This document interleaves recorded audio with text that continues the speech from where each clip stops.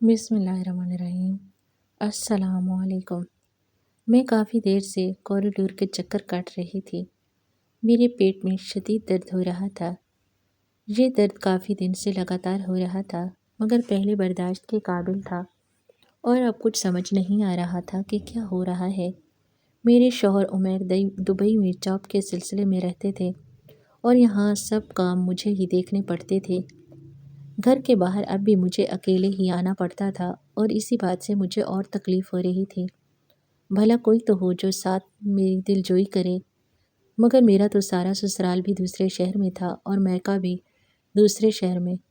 میاں جی نے بڑے شوق سے گھر بنوایا تھا، یہاں کے پرسکون ماحول میں رہوں گا، مگر خود تو دبئی چلے گئے اور مجھے اکیلا یہاں چھوڑ گئے۔ مسز نورین نرس نے میرا نام پکارا تو میں ڈاکٹر کے کلینک کی طرف جانے لگی، جہاں ڈاکٹر دانیال کا کیبن تھا۔ وہ الٹرا ساؤنڈ کیا کرتے تھے اور ڈاکٹر شائستہ کے سب مریضوں کا الٹرا ساؤنڈ وہی کیا کرتے تھے۔ ڈاکٹر شائستہ کو صرف ڈاکٹر دانیال کی رپورٹس پہ ہی بھروسہ تھا۔ میں بامشکل چلتی ہوئی اندر آ گئی۔ ڈاکٹر ابھی رپورٹ بنانے میں مصروف تھے۔ انہوں نے مجھے بیڈ پہ لیٹنے کا اشارہ کیا اور خود اپنا کام مکمل کرنے لگے۔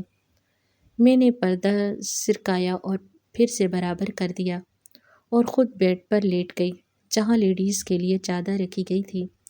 میں نے چادر اپنے اوپر ڈال لی۔ 5 منٹ بعد ڈاکٹر کی آواز آئی، میں آ جاؤں مسز نازی؟ انہوں نے مہذب انداز میں پردے کے پیچھے سے سوال کیا۔ آ جائیں ڈاکٹر، میں نے آہستہ سے جواب دیا۔ ڈاکٹر نے آتے ہی مشین آن کی اور کچھ سیٹنگز کرنے کے بعد میری طرف متوجہ ہوئے اور الٹرا ساؤنڈ کرنے کے ساتھ ساتھ سوال بھی کرتے گئے، لیکن میں نے دیکھا اچانک ان کے چہرے کی رنگت کچھ عجیب سی ہو گئی تھی۔ اب وہ میرے سوال جواب میں مصروف تھے، ہاں کہتے جا رہے تھے۔ ان کے چہرے پر جو تشویش کے آثار تھے، میں تو کافی گھبرا گئی۔ کیا ہوا ہے ڈاکٹر؟ میں نے گھبرا کر پوچھا تو وہ کافی دیر تک چپ رہے اور بولے، آپ ایک کام کریں، کل میرے کلینک آ جائیں، بس یہاں نزدیک ہی ہے۔ اس جگہ تو میں ڈاکٹر شائستہ کے کہنے پہ آیا کرتا ہوں۔ آپ سے ساری بات میں آرام سے کروں گا۔ فی الحال آپ گھر چلے جائیں۔ ڈاکٹر رپورٹس بنانے لگا اور مجھے ایک بار غور سے دیکھا اور پھر رخ موڑ لیا۔ مگر ڈاکٹر، مجھے تکلیف ہو رہی ہے، میں کب تک برداشت کروں؟ میں نے تھوڑا سا غصے میں آ کر کہا۔ تو وہ کہنے لگے، نہیں، میں ڈاکٹروں کو بتا دیتا ہوں، وہ آپ کو آج کے لیے میڈیسن دے دیں گی، ابھی آپ جائیں۔ میں بد دل ہو کر باہر نکلی۔ بھلا یہ کیا بات تھی؟ کچھ بتا بھی نہیں رہا تھا، اوپر سے اپنے کلینک آنے کا کہہ دیا۔ باہر نکل کر مجھے معلوم ہوا کہ ڈاکٹر شائستہ کے لیے کوئی ایمرجنسی کیس آیا تھا، تو ان کو ہسپتال سے جانا پڑ گیا تھا اور وہ کیس کروا کر ہی واپس آتی تھی۔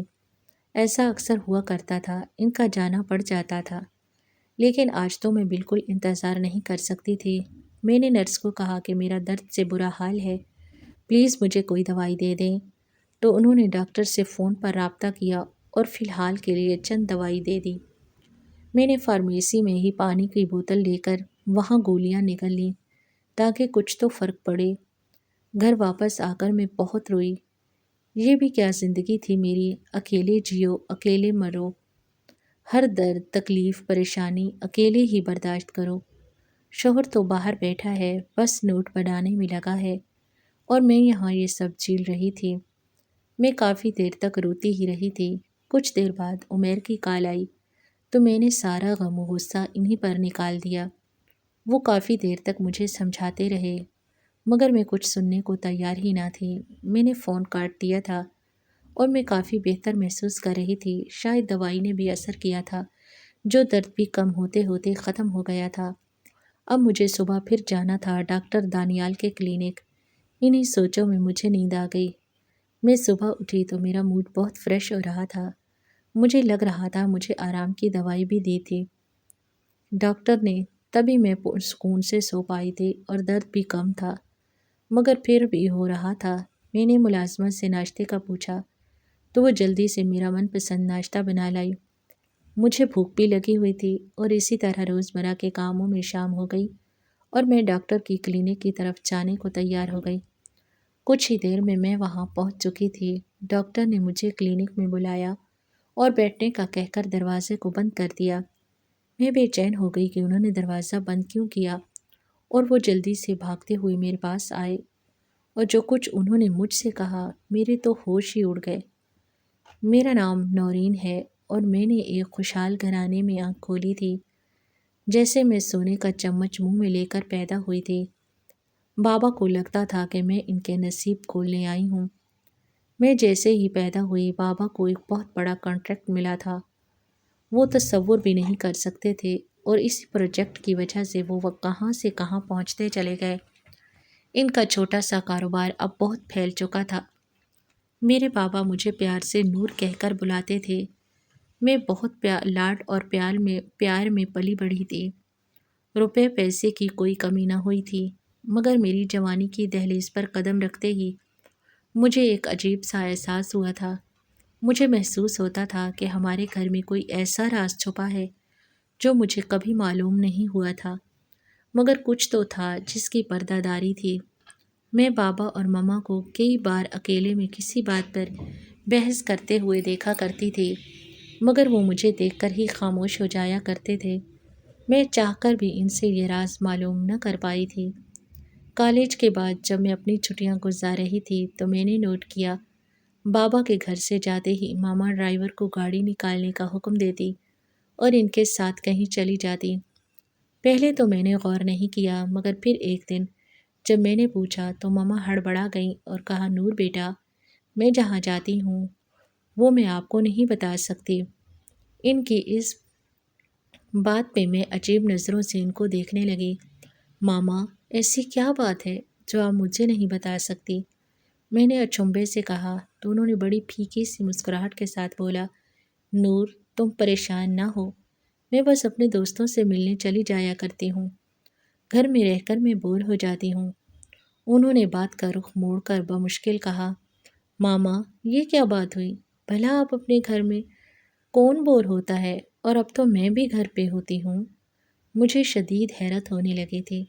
بھلا ایسی بھی کیا بات تھی؟ وہ اپنی اکلوتی بیٹی کے ساتھ وقت گزارنے کی بجائے دوستوں کے پاس چلی جاتی تھی۔ میری بات پہ وہ بہت سر جھٹک کر وہاں سے چلی گئیں، اور مجھے بہت تکلیف ہو رہی تھی ان کے خیالات سن کر، جبکہ بابا تو جب بھی گھر میں ہوتے بس میرے ہی آگے پیچھے پھرا کرتے تھے، اور ان کی ہر ممکن کوشش ہوا کرتی تھی کہ وہ میری ہر خواہش پوری کرے۔ ویسے تو ماما بھی مجھے بہت پیار دیا کرتی تھی، مگر آج ان کا رویہ کچھ عجیب سا تھا۔ میں نے جب سوچنا شروع کیا تو مجھے محسوس ہوا کہ ماما مجھے بابا سے لاڈ کرتے دیکھ کر کچھ اداس ہو جایا کرتی تھی۔ اب تو مجھے شک ہونے لگا کہ وہ میری سوتیلی ماں تو نہیں ہے، مگر یہ کیسے ممکن تھا؟ میں نے اپنی پیدائش کی تصاویر دیکھی تھی، ان میں ماما ہی تھی جو ہسپتال میں مجھے گود میں لیے مسکرا رہی تھی، اور ان کے ہاتھ میں ڈرپ لگی ہوئی تھی۔ میں جب چھوٹی تھی تو بہت ڈر جایا کرتی تھی وہ ڈرپ کو دیکھ کر، اور پوچھا کرتی تھی، ماما، آپ کو ہاتھ میں کیا لگا ہوا ہے؟ تب وہ ہنس دیتی اور کہتی، جب آپ پیدا ہوئیں تو ڈاکٹر نے مجھے یہ ڈرپ لگائی تھی تاکہ مجھے طاقت ملے اور میں آپ کا خیال رکھ سکوں۔ یہ باتیں یاد آتی تو میرا یہ شک تو دور ہو جایا کرتا، مگر گھر میں جو کچھ ہو رہا تھا وہ کچھ الگ سا تھا۔ ایک بار میں نے ماما کا پیچھا کرنے کا سوچا، اور دوسرے دن میں ان کے جانے سے پہلے ہی تیار بیٹھی تھی، اور میں نے کیب بھی منگوائی تھی جس سے میں نے گھر سے کچھ دور رکنے کا کہا تھا۔ جب ماما چلی جاتی تب میں ان کا پیچھا کرتی۔ ان کے بدلے کیب والے نے ڈبل کرایہ لیا تھا۔ ماما کے گھر سے نکلتے ہی میں بھی باہر آ گئی اور ڈرائیور کو ماما کی کار کا پیچھا کرنے کا کہا۔ یوں ہم کافی دیر تک ان کا پیچھا کرتے رہے۔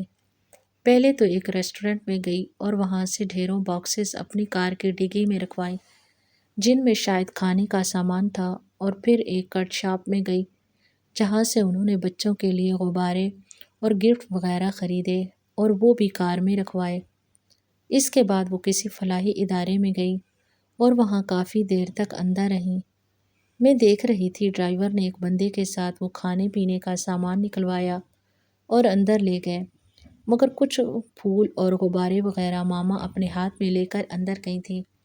باقی کا سارا سامان ڈرائیور نے نکلوایا تھا، اور تقریباً 2 گھنٹے بعد ماما باہر نکلی تھی۔ جاتے وقت وہ جتنی خوش لگ رہی تھی، واپسی میں ان کا چہرہ اتنا ہی اترا ہوا تھا۔ وہ گاڑی میں بیٹھ کر روانہ ہوئی اور مجھے لگا وہ گھر کی طرف جائیں گی۔ تبھی میں نے جلدی سے ٹیکسی ڈرائیور کو واپس چلنے کا کہا۔ میری جلدی جلدی مچانے پر وہ کافی جلدی میں ہی مجھے گھر لے آیا۔ میں نے اس کو کرایہ دیا اور جلدی سے اندر کی طرف بھاگ گئی۔ میں نے ملازمین کو کچھ نہیں بتایا تھا کہ میں کہیں باہر گئی تھی، اور نہ ہی کسی نے مجھے جاتے دیکھا تھا، بس واپس آتے دیکھا تھا چوکیدار نے، اور کوئی سوال نہ کیا تھا۔ ماما کی بھی عادت نہیں تھی کہ وہ ملازمین سے پوچھ گچھ کرتی، لیکن میری توقع کے برعکس ماما 2 گھنٹے بعد واپس آئیں۔ اب میں پچھتا رہی تھی کہ میں اتنی جلدی کیوں وہاں سے واپس آ گئی۔ میں نے ماما کی طرف غور سے دیکھا، وہ کافی تھکی تھکی سی لگ رہی تھی۔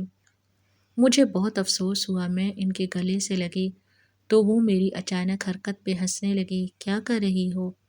اپنی پیاری سی ماما سے پیار کر رہی ہوں، میں نے لاڈ سے کہا تو انہوں نے میرا ماتھا چوم لیا۔ مجھے بہت ندامت ہونے لگی تھی کہ میں نے اپنی ماما کو غلط سمجھا۔ وہ تو نیک کام کے لیے جایا کرتی تھی، اور شاید اس لیے مجھے نہیں بتاتی تھی کہ ان کی نیکی برباد نہ ہو جائے۔ اس دن کے بعد میں نے ان کی ٹوہ میں لگنا چھوڑ دیا۔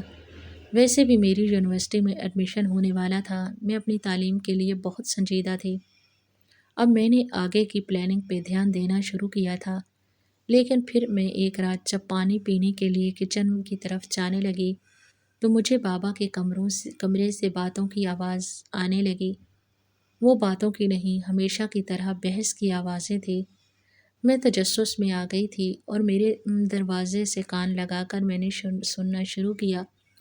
مجھے معلوم تھا یہ بات ٹھیک نہیں ہے، مگر یہ میرے والدین کا مسئلہ تھا اور مجھے ہر حال میں بات جاننی تھی، کیونکہ وہ ہر وقت ایسے ہی لڑا کرتے تھے۔ آخر ایسی کیا بات تھی جو ان کو سکون سے رہنے ہی نہیں دیتی تھی؟ مجھے اب ان کی باتیں سنائی دے رہی تھی، بلکہ دروازہ بھی ہلکا سا کھلا ہوا تھا۔ مجھے وہ دونوں دکھائی بھی دے رہے تھے۔ میں نے ماما کو بابا سے الجھتے ہوئے دیکھا تھا، اور بابا مسلسل نام گردن ہلائے جا رہے تھے۔ یہ ناممکن ہے سائرہ، میں تمہیں کتنی بار منع کر چکا ہوں، اب تم بھی بحث کرنا بند کر دو۔ اچانک غصے میں آ گئے تھے بابا۔ ماما رونے لگ گئی تھی۔ آخر کیوں کرتے ہیں آپ یہ سب؟ کیا میرا کوئی حق نہیں اس گھر پر؟ وہ بھی چلانے لگی تھی۔ مجھ سے برداشت نہ ہوا، میں اندر چلی گئی بنا سوچے سمجھے۔ مجھے دیکھ کر ان دونوں کا رنگ اڑ گیا تھا۔ اماں نے جلدی سے رخ موڑ کر آنسو پونچھے اور واش روم کی طرف جانے لگی، جبکہ بابا میری طرف آنے لگے۔ نور بیٹا، آپ یہاں؟ اس وقت بابا کافی بوکھلا گئے تھے اور میرے شانوں پر ہاتھ رکھ کر مجھے صوفے پہ بٹھایا۔ یہ سب کیا ہو رہا تھا بابا؟ آپ لوگ کیوں اس طرح لڑتے رہتے ہیں؟ آج میں بھی سب جان لینا چاہتی تھی۔ کچھ نہیں گڑیا، ایسی کوئی بات نہیں، بس آپ کی ماما کی طبیعت کچھ ٹھیک نہیں ہے۔ میں ان کو یہی سمجھا رہا تھا کہ ڈاکٹر کے پاس چلتے ہیں، مگر وہ مان ہی نہیں رہی۔ اب دیکھو نا، اس بات پہ مجھے غصہ تو آئے گا نا۔ وہ مجھے بہلانے لگے۔ بابا، کیوں جھوٹ بول رہے ہیں آپ؟ میں نے ان کے ہاتھ میں اپنا ہاتھ رکھا تو وہ نظریں چرانے لگے۔ آج کی بات نہیں ہے کہ ایسا ہو رہا ہے، میں تقریباً روز ہی آپ لوگوں کو جھگڑتے دیکھتی ہوں۔ میں نے محسوس کیا ماما دن بدن کمزور ہوتی جا رہی ہیں، کوئی بات ان کو کھائے جا رہی ہے۔ پلیز آپ مجھے سب بتا دیں۔ میں نے بابا کو یہ سب کہہ تو دیا تھا، مگر ان کا اترا ہوا چہرہ دیکھ کر مجھے رونا آ گیا۔ بابا، آئی لو یو۔ مجھ سے آپ لوگوں کو یہ اداس ہونا نہیں دیکھا جاتا۔ پلیز مجھے سب سچ بتا دیں۔ میں اچانک پھوٹ پھوٹ کر رو پڑی اور بابا نے مجھے اپنے سینے سے لگا لیا۔ مجھے محسوس ہونے لگا تھا کہ ان کے آنسو بھی گرنے لگے تھے، میرے بالوں میں جذب ہو رہے تھے۔ میرا دل اور بھی دکھنے لگا تھا۔ آج میں نے اپنے ہنستے مسکراتے بابا کو بھی رلا دیا تھا۔ کچھ دیر بعد ماما بھی واش روم سے نکل آئی تھیں اور مجھے اب تک وہاں بیٹھا دیکھ کر چونک گئی۔ نور، تم اب تک یہیں ہو بیٹا؟ چلو اپنے روم میں جاؤ، بابا کو پریشان مت کرو۔ وہ میری طرف لپکی اور میرا ہاتھ تھام کر اٹھانے کی کوشش کی، مگر بابا نے مجھے تھام لیا تھا۔ سائرہ، اب ہماری بیٹی اتنی سمجھدار ہو گئی ہے کہ اپنے ماں باپ کا دکھ سمجھ سکتی ہے۔ بابا نے آپ دیدہ ہو کر ماما سے کہا تو ماما پھر سے رونے لگ گئی اور میں بس ہکا بکا ان دونوں کو دیکھے جا رہی تھی۔ آخر ایسا کیا راز تھا کہ وہ دونوں روئے جا رہے تھے؟ میرے دل میں عجیب و غریب خیالات ابھرنے لگے تھے اور میں نے جلدی سے منہ کھولا، بابا مجھے جلدی سے بتا دیں، میرا دل بیٹھا جا رہا ہے۔ پھر بابا نے جو بتایا وہ میرے لیے بہت بڑا دھچکا تھا۔ میں خوابوں میں بھی نہیں سوچ سکتی تھی کہ ایسا ہو سکتا ہے۔ بابا نے بتایا ماما اور بابا آپس میں فرسٹ کزن تھے۔ انہوں نے اپنے پسند سے ماما سے شادی کی تھی۔ وہ دونوں ایک دوسرے کو پا کر بہت خوش تھے۔ پھر شادی کے 3 سال بعد ان کو ایک بیٹا پیدا ہوا جو کہ بہت خوبصورت اور بہت پیارا تھا۔ وہ مجھ سے 5 سال بڑا تھا۔ انہوں نے اس کا نام عادل رکھا تھا۔ وہ جب پیدا ہوا تھا تو بابا نے بہت بڑا جشن منایا تھا۔ بابا کے پیر تو زمین پہ نہ ٹکتے تھے۔ بابا اور ماما اپنی چھوٹی سی دنیا میں بہت خوش اور مطمئن تھے کہ ایک دن عادل کی اچانک طبیعت خراب ہو گئی۔ جب انہیں ڈاکٹر کے پاس لے کر گئے تو کافی دیر ہو چکی تھی۔ ڈاکٹر نے بتایا کہ اس کو اسٹروک ہوا تھا، جس کی وجہ سے اس کے دماغ کی رگیں متاثر ہو گئیں۔ اب وہ بہت کمزور ہو چکے تھے اور ہلنے چلنے سے بھی قاصر تھے۔ بابا نے اس کے کافی ٹیسٹ کروائے، مگر جب انہیں اصل بات معلوم پڑی تو ان کے پیروں تلے سے زمین ہی نکل گئی۔ جب شہر کے سب سے بڑے ڈاکٹر نے بتایا کہ آپ کے بچے کو اسٹروک نہیں ہوا بلکہ یہ تو پیدائشی معذور ہے، اس کا کوئی علاج نہیں، وزنی ضابطہ ڈاکٹر نے افسوس سے کہا۔ بابا تو جیسے یہ بات سن کر ٹوٹ چکے تھے۔ مگر ڈاکٹر صاحب کوئی تو علاج ہوگا، میں سب کچھ کرنے کو تیار ہوں۔ دیکھیے میں آپ کو مشورہ دیتا ہوں کہ اب آپ دوسرا بچہ کرنے کی کوشش نہ ہی کریں تو اچھا ہے، کیونکہ آپ کی کزن میرج ہے۔ جیسا کہ آپ نے بتایا کہ آپ دونوں کے والدین بھی کزن میرج تھی، تو یہ سب اسی وجہ سے ہوا ہے۔ کزن میرج اگر 3 نسلوں تک ٹرانسفر ہوتی رہے تو کئی کمپلیکیشنز پیدا ہو جایا کرتی ہیں، جیسا کہ کسی تو اولاد میں ہی نہیں ہوتی تو کسی کو ہوتی ہے تو زندہ نہیں رہتی۔ یہ کوئی دماغی خلل یا پھر کوئی اور بیماری لگ جاتی ہے۔ آپ کے ساتھ بھی بدقسمتی سے یہی ہوا ہے۔ ڈاکٹر کی بات سن کر ماما اور بابا بالکل ٹوٹ چکے تھے۔ ماما تو بالکل ختم ہو گئی تھی، سارا دن بچے کے ساتھ لگی رہتی۔ ان کو کوئی ہوش نہ تھا، ان کے کپڑے کئی دن تک میلے ہو جایا کرتے تھے، مگر ان کو کوئی خیال نہ ہوتا۔ عادل جب 5 سال کا ہوا تو اچانک ماما کی طبیعت خراب رہنے لگی تو معلوم ہوا کہ وہ پھر سے امید سے تھی۔ بابا سخت طیش میں آ گئے تھے۔ انہوں نے وہ بچہ گرانے کی بہت کوشش کی، مگر ماما کی جان کو خطرہ تھا اور یوں میں اس دنیا میں آ گئی، وہ بھی بالکل صحیح سلامت۔ ان دنوں ان دونوں کے دل میں جو خدشات تھے وہ سب اپنی موت آپ مر چکے تھے۔ مجھے پا کر جیسے ان کو نئی زندگی مل گئی تھی، مگر ماما اب بھی عادل کے لیے بے چین رہا کرتی اور ان کا حل بابا نے یہ نکالا کہ اسے ایک فلاحی ادارے میں بھیج دیا۔ بابا نے ان کو ڈھیروں رقم دی تھی اور بھائی کے لیے مخصوص کمرہ بھی تعمیر کروایا تھا اور ضرورت کی ہر چیز مہیا کی تھی۔ اپنے خاص ملازم بھی ان کی دیکھ بھال کے لیے رکھے تھے، مگر ماما اس بات پر راضی نہیں تھی۔ ان کا دل خون کے آنسو رو رہا تھا جب بابا نے زبردستی عادل کو وہاں بھجوایا تھا تاکہ مجھ پر کوئی غلط اثر نہ پڑے، اور اب اتنے سالوں بعد ماما روز اپنی ممتا سے مجبور ہو کر بھائی سے ملنے جایا کرتی تھی، جہاں ویل چیئر پہ بیٹھے ہوئے ان کو دیکھ کر خوش ہو جایا کرتا تھا۔ ماما دیر تک ان کے پاس بیٹھا کرتی، اپنے ہاتھوں سے کھانا کھلاتی، مگر بابا اب بھی ان کو گھر واپس لانے پہ راضی نہیں تھے کہ کہیں میرے ذہن پر اثر نہ پڑے۔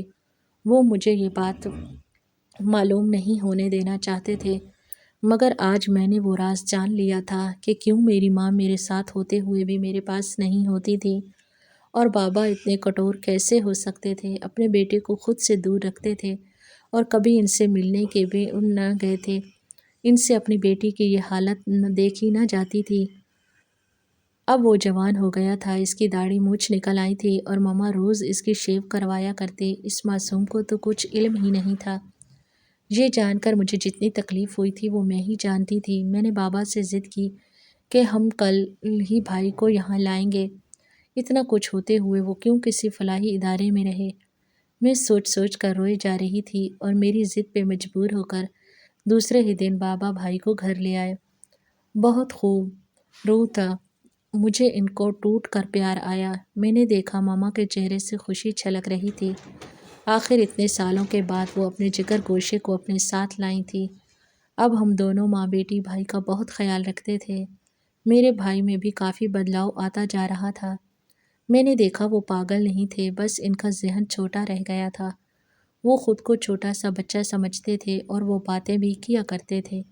کبھی کبھی تو ایسی باتیں کرتے کہ سیانے بھی شرما جائیں۔ اب بابا بھی خوش تھے۔ میری عادل سے کافی دوستی ہو گئی تھی، روز چاکلیٹ لے کر آتی تو وہ بہت خوش ہوتے۔ اس طرح دن گزرتے گئے اور میرے کزن کا رشتہ آیا میرے لیے۔ بابا نے پہلی نشست میں ہی ان کو منع کر دیا اور جلد ہی میری شادی عمیر سے کروا دی۔ میں ان کو پا کر بہت خوش تھی۔ عمیر ہر 4 ماہ بعد آیا کرتے تھے۔ اب کی بار بھی ان کو گئے ہوئے 4 ماہ ہو گئے تھے اور میری طبیعت خراب رہنے لگی تھی۔ مگر آج جو ڈاکٹر دانیال نے مجھے بتایا، میرے پیروں تلے سے زمین نکل چکی تھی۔ ڈاکٹر کا کہنا تھا کہ میں امید سے ہوں، مگر میرے پیٹ میں جو بچہ ہے وہ شاید ذہنی طور پر ٹھیک نہیں۔ 3 سال بعد مجھے یہ خوشخبری سننے کو ملی تھی اور ساتھ میں یہ بھیانک انکشاف بھی۔ یا میرے اللہ، یہ سب کیا تھا؟ میرا سر چکرانے لگا تھا۔ بڑی مشکل سے ڈاکٹر نے مجھے سنبھالا، لیکن ڈاکٹر صاحب مجھے تو علم ہی نہیں ہو سکا میں 4 ماہ سے پریگننٹ ہوں۔ میں نے اپنے آنسو چھپاتے ہوئے پوچھا۔ حوصلہ رکھیں میڈم، ہوتا ہے کبھی کبھی ایسا، اور آپ کا پہلا بیبی ہے تو آپ کو زیادہ تجربہ بھی نہیں تھا، لیکن آپ پریشان نہ ہوں، اس کا حل ہے میرے پاس۔ وہ مجھے تسلی دینے لگا اور میں نے چونک کر دیکھا۔ کیا؟ میں نے یہاں آپ کو اس لیے بلایا ہے کہ آپ یہ بچہ گرا دیں، اس نے کہا تو میں اچانک اچھل پڑی۔ یہ سب آپ کیا کہہ رہے ہیں ڈاکٹر صاحب؟ میں یہ گناہ ہرگز نہیں کروں گی۔ میں نے ان کو بہت سخت سنائی اور وہاں سے نکل آئی، جبکہ وہ کہتے رہے کہ میں آپ کی بھلائی کے لیے کہہ رہا ہوں۔ میں گھر پہنچ کر بہت روئی۔ میں عمیر کو بھی نہ بتا سکتی تھی، لیکن جب میں نے ماما کو بتایا تو وہ بہت پریشان ہو گئی اور مجھے کہا کہ کسی کو بتائے بغیر یہ بچہ گرا دو، ورنہ بہت پچھتاؤ گی۔ ماما کی بات سن کر مجھے شوق لگا۔ ماما، آپ مجھے قتل کہہ رہی ہیں؟ میں نے پوچھا تو وہ پریشان ہو کر کہنے لگی، یہ کیسی باتیں کر رہی ہو؟ کوئی ماں اپنی اولاد کو کیسے قتل کر سکتی ہے؟ تب وہ اچانک خاموش ہو گئی۔ ان کو اپنے سوال کا جواب مل گیا تھا۔ میں بھی ماں تھی اور کیسے اپنی اولاد کو قتل کر سکتی تھی؟ میں نے اپنے اللہ تعالیٰ پہ بھروسہ کیا اور سب اسی پر چھوڑ دیا۔ یہ دعا ہمیشہ میری زبان پر رہا کرتی تھی اور اب تو اور زیادہ پڑھا کرتی تھی۔ میں نے عمیر کو بھی سب کچھ بتا دیا تھا، وہ بھی چپ ہو گئے تھے۔ میں نے ڈاکٹر کے پاس جانا بھی چھوڑ دیا اور نہ الٹرا ساؤنڈ کروایا۔ بس مجھے اپنے رب پہ بھروسہ تھا۔ سب لوگ مجھے عجیب سی نظروں سے دیکھا کرتے تھے کہ جب 9 ماہ بعد میں نے ایک صحت مند بچے کو جنم دیا تو ڈاکٹرز بھی حیران رہ گئے۔ میرا یقین جیت گیا، میرا بچہ بالکل ٹھیک تھا۔ ڈاکٹر انصاری رپورٹس دیکھ کر خوش ہو کر بتایا، یہ تو معجزہ ہی ہو گیا، ماشاءاللہ آپ کا بچہ بالکل ٹھیک ہے۔ اور میں نے اپنے رب کا شکر ادا کیا جس نے مجھے مایوس نہیں کیا تھا۔ آپ کو ہماری کہانی کیسی لگی؟ کمنٹ سیکشن میں اپنی قیمتی رائے سے ہمیں ضرور آگاہ کریں، اور آئندہ بھی اس طرح کی سبق آموز کہانیاں سننے کے لیے چینل کو سبسکرائب کریں۔